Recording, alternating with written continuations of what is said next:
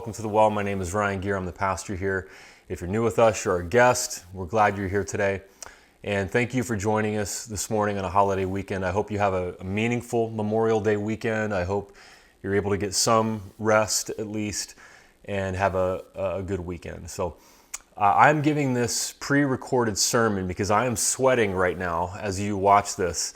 This probably sounds confusing, but we are a portable church and we meet in a local high school. If you're not here in the area and you watch us online only, and we bring all of our equipment in a 24-foot race car trailer every Sunday, and we have a road crew that sets everything up. Well, we've purchased some new equipment and we needed this trailer to move it, and the best time to do that was on a Sunday morning because all the equipment is at Perry High School. So right now, I and a few unlucky people that I grabbed this morning when I helped set up with road crew are moving some equipment into this trailer, and then we're going to bring it to Perry High School later on in the heat. So that's why you're seeing a pre-recorded sermon right now. That's why I said it probably sounds confusing, but thank you for your patience. And this is a time of year during vacation season when we can make improvements and try some new things. And so that's what I'm doing right now. But again, thank you for joining us, and I hope you have a great holiday weekend here. So this is week 2 of our series, Bloom Where You're Planted. Now, maybe you've been hoping and praying for some circumstance to change in your life. This isn't heaven, and we all face things that we wish we could change. Sometimes it's something that really should change. If you're in a job that you absolutely hate, or it's toxic, it's taking its toll on your health, you should try to find new work or explore options, and that may not be easy. Or if you're in an abusive relationship, you get out of that relationship, all right? There are some things that need to be changed. But sometimes in life, we find ourselves in circumstances where we wish we could change them. We kind of hope and pray, God, can you do something about this? Can there be some breakthrough here? And it just doesn't come quickly enough. And that's a time in life where this saying, bloom where you're planted, can be helpful. When we would rather run away and just be more comfortable and because circumstances right now are difficult for us and we're definitely out of our comfort zone, at least in a certain area of our life. So we have this saying, bloom where you're planted, and it's probably similar in meaning to play the hand you're dealt, or when life hands you lemons, make lemonade. There are adages like that help us to realize that the grass isn't always greener on the other side of the fence. And there are times in life where we really do want to hunker down and put down roots, even in a hostile environment, and learn to survive and thrive when circumstances are not what we wish they would be. So bloom where you're planted looks like thriving and flourishing and growing to be your best self, even sometimes in difficult circumstances. For purposes of clarity in this series, we're saying to bloom where you're planted means that changing your circumstances may not be the answer, or at least not right now. It might be that you are in a job that you should leave, but the process of changing jobs isn't instant. So you have to find something new. Maybe there's education to get, or new training, and it might be that blooming where you're planted might be temporary for 6 months or 9 months or something like that while you try to change your circumstances. We do want to be clear that blooming where you're planted doesn't mean that you never change anything about your life. Again, there are some circumstances that do need to change. There are some circumstances that are untenable. They're toxic, they're inhumane, you shouldn't be in them another moment. So bloom where you're planted doesn't mean nothing changes.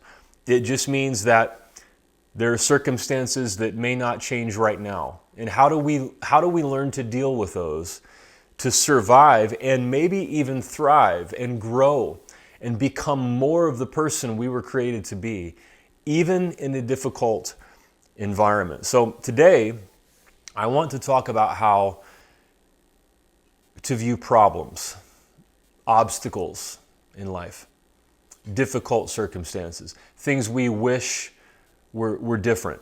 How to look at those problems, those disappointments, that we wish were different. How to look at them, not necessarily as just problems, but as opportunities. Opportunities. Seeing problems as opportunities to help us bloom where we're planted. I saw a viral video a couple of years ago that I absolutely loved. There's a family that lives on a golf course. And you can imagine that golfers like me will slice and hit the ball into their yard pretty frequently. So this husband decided that he would get some entertainment value out of this. And whenever he sees a golfer hit a ball into his yard, he goes out into his yard and he lays next to the golf ball. Let's watch. Wait for him to pull out first, and then run out. Oh, there he is.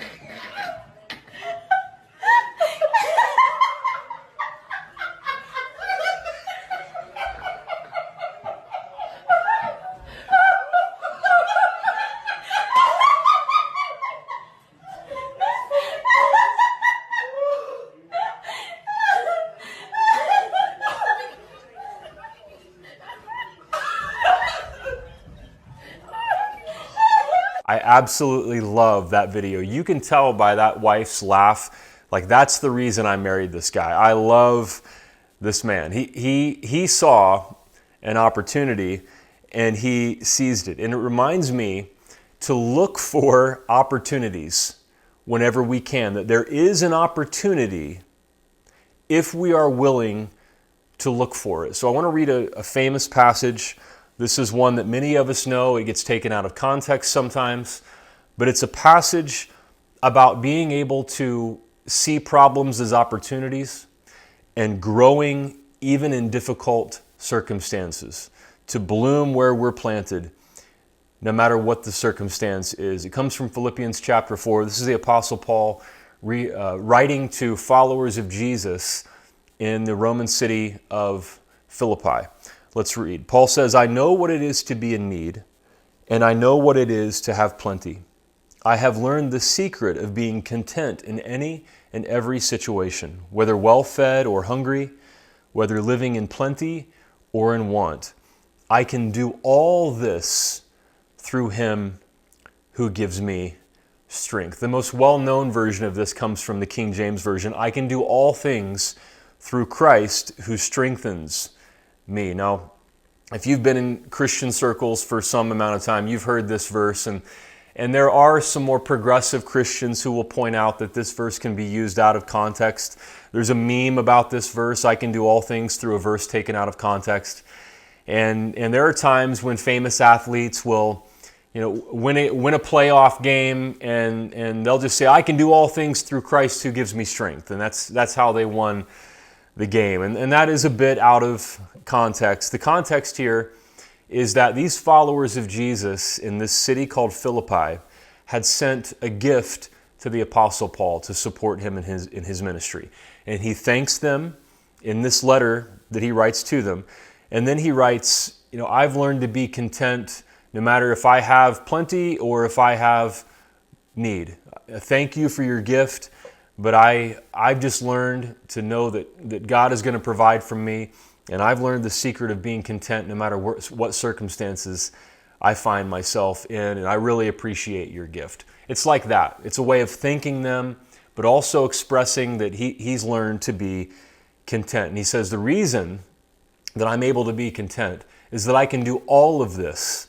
I can be content in difficult circumstances. That's what it's referring to, not winning a playoff game in sports. I can be content in difficult circumstances because Jesus gives me strength.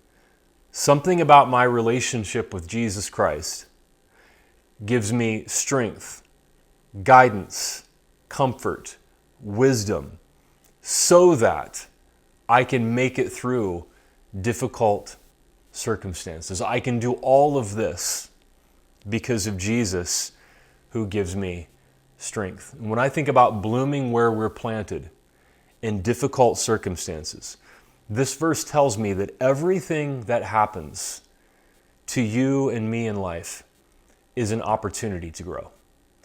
Everything that happens to us in life is an opportunity to grow. Paul says, I can do all of this through Christ who gives me strength. There is no circumstance that is too much. Everything that happens in your life is an opportunity to grow. Now, we need to immediately press pause and say, that doesn't mean that God causes painful circumstances in your life to teach you a lesson. Like God is some toxic personal trainer who just piles weight on you, and God won't give you more than you can handle. And you're like, well, I wish God would give me less stuff to try to handle.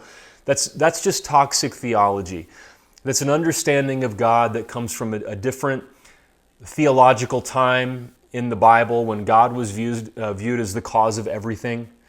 And even in the New Testament, we realize that's not the case now. They were grappling with that actually in the Old Testament as well, that God is not the cause of everything. So I don't find statements like God won't give you more than you can handle helpful. I understand the positive intent behind that, but it's not helpful. God is not piling difficult circumstances on you to teach you a lesson. Or people say everything happens for a reason. Well, again, if you're talking about your response to difficult circumstances, great. But it's not like God causes things for a reason to teach you something. That's just a toxic view of God. So there's nothing in the New Testament that backs up that view of God. What this is about is life just happens to us. Painful things happen to us in life. Difficult circumstances are a part of this life. And we have the choice, thank God. It's an empowering reality in our lives. We have the choice for how we're going to respond to any kind of difficult circumstance that we find ourselves in. As a follower of Jesus, we have that choice. Paul says, I can do all of this through Christ who gives me strength. I can do this. So in whatever circumstance you find yourself in, the key question for me here is, how can I grow in this circumstance? And notice what that does. Whatever problem you're facing, that doesn't become the main story anymore. That difficult circumstance is not the most important thing anymore. The most important thing is, now I have a choice. It's empowering.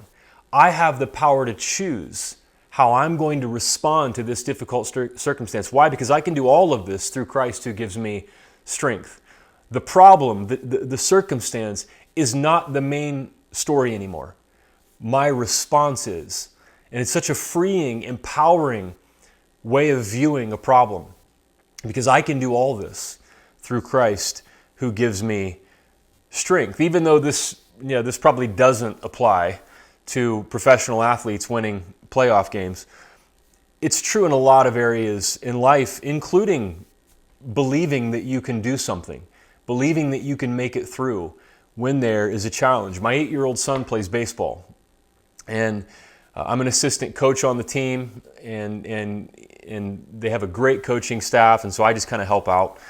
But one of the coaches is this inspirational guy, and when the kids have batting practice and they get in the batter's box, he'll yell at them, believe you can hit the ball. Don't say I can't hit the ball. Say I can and I will hit the ball. Believe. And he inspires them to win the mental game. When they get into the batter's box, believe that they can hit this ball. It's about faith. And you can tell a difference between a child who believes they can hit the ball and kids who sadly believe they can't. And the kids who don't believe will scoot away from the plate. And they look relieved when they strike out. And you try to encourage them, no, believe that you can. The kids who believe they can hit the ball, they stand in the batter's box differently. They get in there, they crowd that plate, they own the plate. They stand with confidence, they get their stance right. And they watch the pitch, they load up, they keep their eye on the ball, and they swing hard with confidence because they believe that they can. And the first part of Paul's statement is, I can. I can do all of these things because of Christ who gives me strength. But the first part of that statement is, don't miss it, is I can. I can. Like the coach says, it's not I can't, it's no, I can. And I will. That's an empowering belief. I can. I can do that. I can do this. Not only is everything that happens to you an opportunity to grow, but what does growth look like? Well, it looks like believing I can. I can do this. I don't have to go through life feeling overwhelmed. And there are times there are medical conditions, or there are things that a counselor could help with when it comes to anxiety and depression and things like that. We believe in medical science here. But the first step here is believing I can. I can do this. I can handle this. No, God didn't give this to me to show me that He won't give me more than I can handle. No, it's not toxic theology, but life happens. And I can deal with this. I can. Paul writes, I can do all of this through Christ who gives me strength. Now, but what does growth look like? What does it look like to grow and bloom where you're planted? Well, as a follower of Jesus, growing and blooming where we're planted means that we grow, we flourish to look more like Jesus, whom we're following. It's Jesus who strengthens me and guides me. And so as a believer, as a Christian, I want to grow to look more like Jesus. So for a follower of Jesus, the question becomes more specific in everything that happens to me. How can I grow to be more like Jesus, even in this circumstance? So first of all, what would it look like to grow? And we have to believe that I can grow. I can do this. Like the coach says, believe that you can. And then more specifically for a follower of Jesus, how can I grow to be more like Jesus, even in this circumstance? When it comes to difficult circumstances that you would rather not be in, you and I have this empowering choice we can make.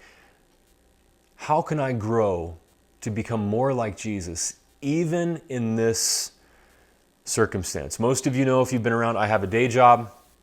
I work full-time in a company, and then I pastor this church on top of that. And in my day job, I manage a team of people in a large company. And one time in particular, I had a new team member who came to my team from another part of the company, and the person they didn't want to be there. They had a negative attitude about the job. They had some grievances toward the company, and they took it out on me. In their eyes, I was a representative of the company, and they took out their frustration on me. And so we started our relationship, our working relationship, when they came to the team, just really negatively. And I realized this person just doesn't like me. I feel like they're targeting me. They're taking out their frustration on me. And when you realize that you're in conflict with somebody, or somebody wants to be in conflict with you, your adrenaline levels rise. Your fight or flight kicks in, and your cortisol levels rise. You're just in this heightened state of alert from living in conflict, and it can creep into your thoughts sometimes, like, oh, I don't want to go to work and deal with this today. You know, I think most people want to enjoy their jobs as much as possible, and you don't want to have to watch your back. And it can be tempting to run. It can be tempting to think, you know what, I should just transfer to a new department, or I need a new team, or I need a new job, or let me just run to HR and show this person, you know, they can't treat me like this. And it can be tempting to believe the grass is greener and just to want an escape and run away from the problem. But then you remember, wherever you go, you know, there are going to be situations like this. There is no perfect job. There are toxic jobs or toxic bosses that you should leave. But in the normal scope of employment, there are just situations you're going to find wherever you go. And running away is not going to help. And I had a conversation with another leader of mine who said, well, yeah, this is going to be a challenge for you. You're not used to this.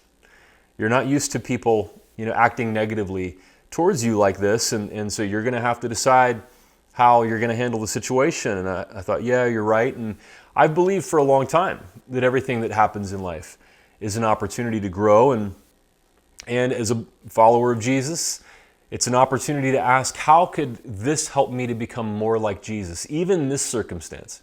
How could my relationship with Jesus guide me and strengthen me and give me wisdom here to where I could handle the situation and I can grow to look more like Jesus, even in this? So, we all know the golden rule: treat other people the way you want to be treated. We know the great commandment. Jesus said, love God with all your heart, soul, mind, and strength. Love your neighbor as yourself.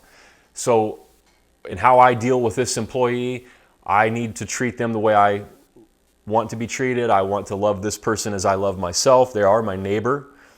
And then I thought of the verse in Matthew.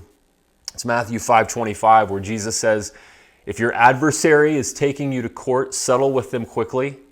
And now this person's not taking me to court, but they're viewing me as an adversary. I have an adversarial relationship with this person, so try to make peace. It's a verse about making peace and reconciling with somebody and just living at peace as far as you can. Paul writes in Romans 12, do not repay anyone for evil. Be careful to do what is right in the eyes of everyone. If it is possible, as far as it depends on you, live at peace with everyone. Do not take revenge.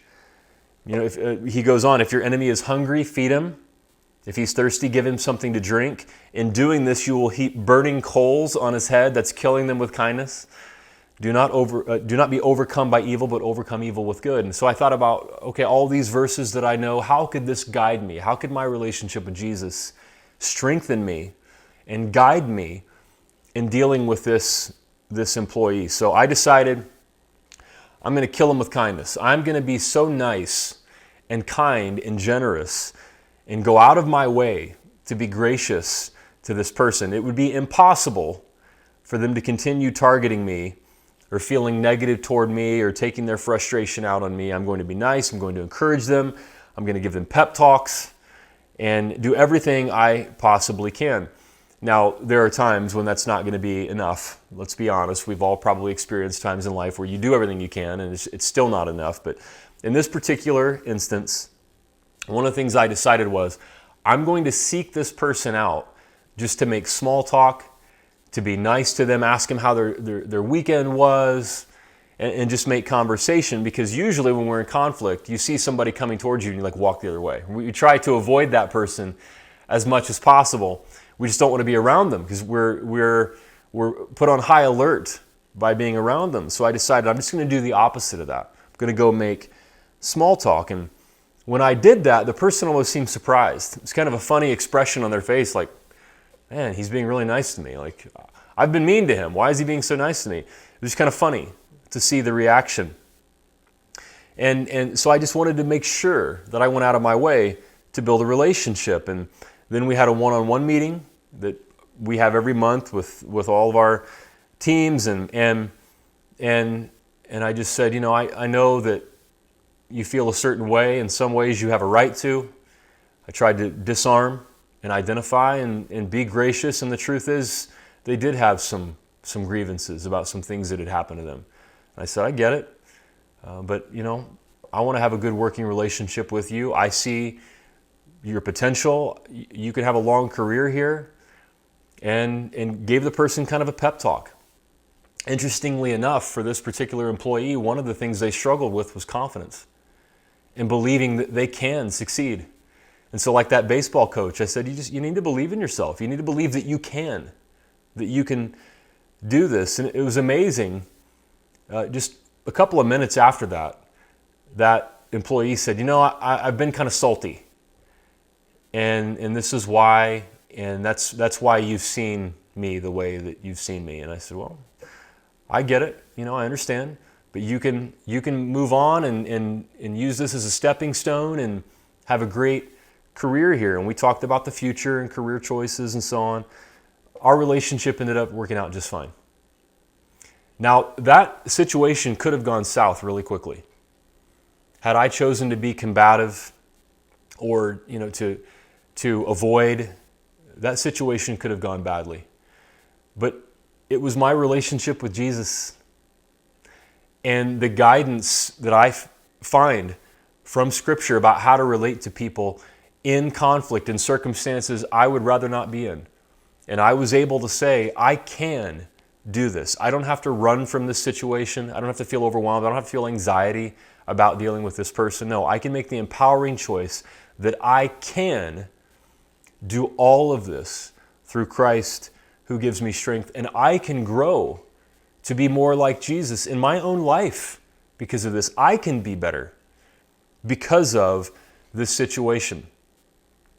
Again, even though this doesn't probably apply to professional athletes winning playoff games, there are a lot of people who understand in sports that you have to believe you can, and that every opportunity or every problem, every obstacle is an opportunity to grow. Kobe Bryant is credited with saying, everything negative, pressure, challenges is all an opportunity for me to rise. That's true. For Paul, believing I can do all of these things through Christ who gives me strength. That is what enables you to see problems as opportunities, to see obstacles as just another opportunity to grow and experience something better, to make things better, and to become better. Now, what happens when it doesn't work out the way that it did with that employee? Or what happens when you have a difficult circumstance that is so painful, or it's ongoing, and you can't change it? Or you experience setbacks time and time and time again. What happens when there's not a nice pretty bow on the end of the story? Well, growing to look more like Jesus doesn't mean that everything will always work out the way you want, and that other people will change and circumstances will quickly change and then we'll be comfortable all of a sudden. It doesn't always mean that. There are times when circumstances won't change. But believing that you can do all of this through Christ who gives you strength will help you to change. This is one of the hardest realities of life. But here in the desert, at least where I live, it's like a cactus in the middle of the desert, living in this hostile environment where there doesn't look like there's a drop of water for miles in sight. And somehow this cactus flourishes. How can they do that? Because they've adapted to their environment. Over time, a cactus changed to be able to live in a place where there's no water. And Paul's statement, I can do all of this through Christ who gives me strength, means even if my circumstance doesn't change, I can change. I can be strong. I can become stronger through Christ who gives me strength. Now, many of you have heard me share about a story that had a profound effect on my life. And I share this as an example often because it's just the ultimate example of a painful circumstance that can't be changed. I saw my friend Jeremy, who lives back in Ohio. He made a Facebook post last week, a happy anniversary post to his wife, Rhonda. My friends Jeremy and Rhonda, and they celebrated 23 years of marriage this past week. And now you've probably heard me share about them if you've been around the well for a while. Before Hannah and I moved here in 2012, we were friends with Jeremy and Rhonda. They were members of the church where I was an associate pastor. And they had a son named Gabriel who was diagnosed with cancer when he was 4 years old. And he fought the good fight for 2 years, and it took him when he was 6 years old. Hannah and I were at the hospital, standing outside of his hospital room when he died. And his parents were inside with him, and they opened the door and came out. Just the blood drained from their face, and their cheeks soaked with tears, and let us know that he was gone. I had the privilege of officiating his funeral, and that changed my faith. That had a profound effect on my faith. That happened just a few weeks before Hannah and I moved here. We were already planning on moving to Phoenix, and that had a profound effect on my faith. Now, they experienced the hell of hells, and it's a circumstance they can't change. They can't bring their son back, and their grief will never stop. And so I tell this as an example. There are times we face things in life when it's just not going to work out the way we wanted. There could be a diagnosis that a loved one gets or that we get. There could be a circumstance, a relationship where we live at peace as far as it depends on us, but the other person just refuses, or they just can't. They're not able to. And the circumstance just doesn't change. So what Jeremy and Rhonda have done is that they decided that our son's battle is not going to be in vain. And because of him, and because of his short life on this earth, other kids are going to be blessed. Gabriel is going to continue to bless other kids. So when Gabriel was still living, there was an organization called A Kid Again that sponsored a trip for him. It's like Make-A-Wish. And after Gabriel's death, Jeremy and Rhonda decided to start a yearly golf tournament to benefit A Kid Again. And so because of that alone, now they've had countless conversations and they've comforted other families who have gone through the same thing, but just that golf tournament alone has blessed so many children's lives and their families who are going through the same kind of horrible circumstance that Jeremy and Rhonda and Gabriel went through. They decided that even though we can't change this circumstance, we can't bring our son back, what we are going to do is that we are going to make sure that we are a blessing in the lives of other people. And of course, they have gained or found strength that they did not know was possible. They have adapted to those circumstances. Their pain won't go away. The circumstance won't change.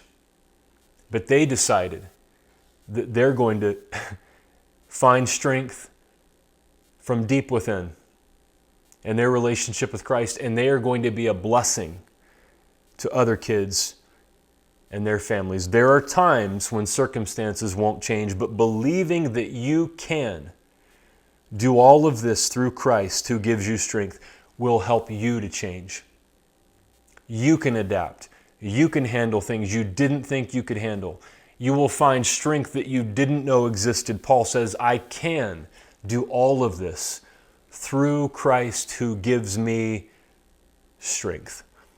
Once again, you should leave a toxic job. You should leave an abusive relationship. You should change those circumstances. Blooming where you're planted doesn't mean staying in toxic, horrible environments when there is something better for you. But blooming where you're planted means sometimes circumstances don't change or they won't change fast enough. And it might be that we are the ones who change, who adapt, who grow, who find strength. Paul says, I can do all of this through Christ who gives me strength. I want to end on a lighter note and close with a story about how problems become opportunities. And you can bloom where you're planted and thrive no matter what circumstances or setbacks you face. So last month, the city of Anaheim approved a $1.9 billion expansion of Disneyland.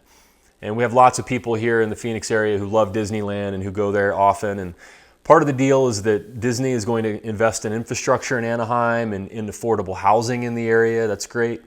And the leaders cited Walt Disney's vision when he said, Disneyland will never be completed as long as there is imagination left in the world. So they're expanding Disneyland. And I saw that story and I thought, you know what? I don't really know that much about Walt Disney. Some of you do, but I don't really know a lot about his life. And so I just kind of followed the rabbit trail. And Walt Disney is an amazing example of seeing problems as opportunities and of viewing setbacks as an opportunity for a comeback. His entire life story is one of seeing problems as opportunities. So he's born in 1901 in Chicago. He was named after the pastor of the church that his family attended. He had a strained relationship with his father. There are beliefs that perhaps his father was abusive. His father, Elias, was a domineering figure who struggled to provide for the family. And so Walt's dad had the same experience of problem after problem after problem. And they eventually moved to Missouri and purchased a farm there where his dad tried to make a living, and that didn't work out. And so in this difficult childhood, Walt found solace in drawing cartoons. And one by one, his older brothers left to get away from their father and try to make a better life. And Walt and his brother Roy were younger, and they woke up at 4:30 every morning to deliver newspapers before school. And they would fall asleep in class and get bad grades. And then after school, they would deliver papers for another newspaper in Kansas City because they lost a farm and had to move to Kansas City. And the schedule was exhausting, and Walt had to help his family make a living as a child. And he wanted to get away, so he lied about his age so he could drive an ambulance in World War I when he was a teenager. And as a young adult, he started his first cartoon company called Laugh-O-Gram with his brother Roy that went bankrupt within 1 or 2 years. And so with $40 to his name, they moved to Los Angeles to try acting. And that didn't work out. So you can already see Walt's a young man, and he's experienced just hard work and the grind and a couple of really big failures in life already.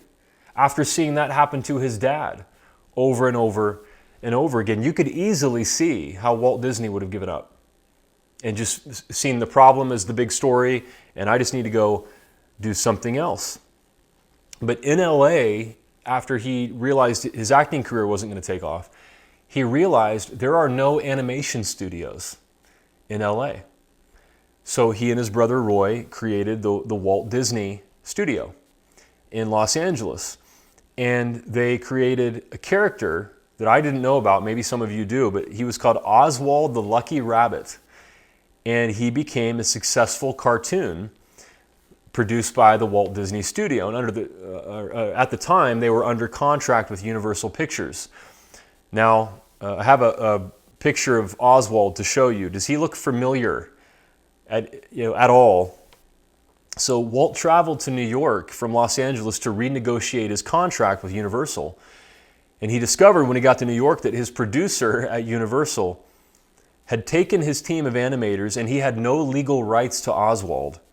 And he lost this successful cartoon character, Oswald the Lucky Rabbit, to Universal Pictures when he thought he was going to be getting more money for Oswald. Once again, another setback. But that problem became an opportunity because on the train ride back to LA, Walt shortened Oswald's ears, made his nose larger, gave him some shoes, and created a new cartoon character who would take over the world. And even that setback, that punch in the gut, became the opportunity for Walt Disney's greatest success. And biography.com writes, after years of eating beans and driving up his debts, Disney finally brought Mickey Mouse to life on film, starting in the late 1920s, and earned his way back to the top of his industry. But it wasn't easy. Bankers rejected the concept of his famous mouse over 300 times before one said yes. And there were more issues. When Walt opened Disneyland on July 17th, 1955, the media called it Black Sunday because there were ticket forgeries, so the park was overwhelmed with people. It was an unusually hot day. Women's high heels were sinking into the asphalt. There was a plumber strike, so Walt had to choose between having working drinking fountains and working toilets. He wisely chose working toilets, so the drinking fountains didn't work that day, and it could have been viewed as a failure. It was a negative reaction in the press. What Disney did was he invited everybody back the next day for a better experience. Even the opening of Disneyland was viewed as a setback initially. Now, in hindsight, we know Walt Disney was one of the most successful people in modern history. This is such a great story because when I think of Walt Disney, I don't even think of a guy. I think of this magical world that he created, the characters, the movies, the music, the theme parks. Just wildly successful. But he faced so many setbacks in his life, it's easy to see how he could have just thrown in the towel. But he had a knack for seeing problems as opportunities and believing I can. He's known for this quote. All the adversity I've had in my life, all the troubles and obstacles have strengthened me. Does that sound familiar? You may not realize it when it happens, Walt Disney said, but a kick in the teeth may be the best thing in the world for you. Everything that happens to you and me in life is an opportunity to grow. No, God doesn't cause it. God doesn't give us, it's not that God doesn't give us more than we can handle, or God won't give you more than you can bear. God doesn't cause difficult, painful things to happen in life. Life does a good enough job of that on its own. But what we do have power over, Paul says, so this is amazingly good news, is that we can choose how we respond to those circumstances. And Paul writes, I can do all of this through Christ who gives me strength. You don't have to run away. You don't have to feel overwhelmed. You don't have to live in fear. You don't have to be defeated. If you're in a circumstance that can't be changed, you can bloom where you're planted. You can believe, I can, because of Christ who gives me strength. Let's pray. God, thank you for this amazing passage of Scripture. When Paul talks about how he can be content in any circumstance because Jesus gives him strength. He says, I can because of Christ who gives me strength. Like the baseball coach who shouts, believe, at the kids when they're in batting practice. Believe I can hit the ball. It's about our faith. It's about the way we look at life. And if we will accept this good news, this empowering message that we have a choice for how we respond to life, the problem, the circumstance is no longer the main story. The main story becomes our empowering choice, our response to those circumstances. Paul says, I can, because of Christ who gives me strength.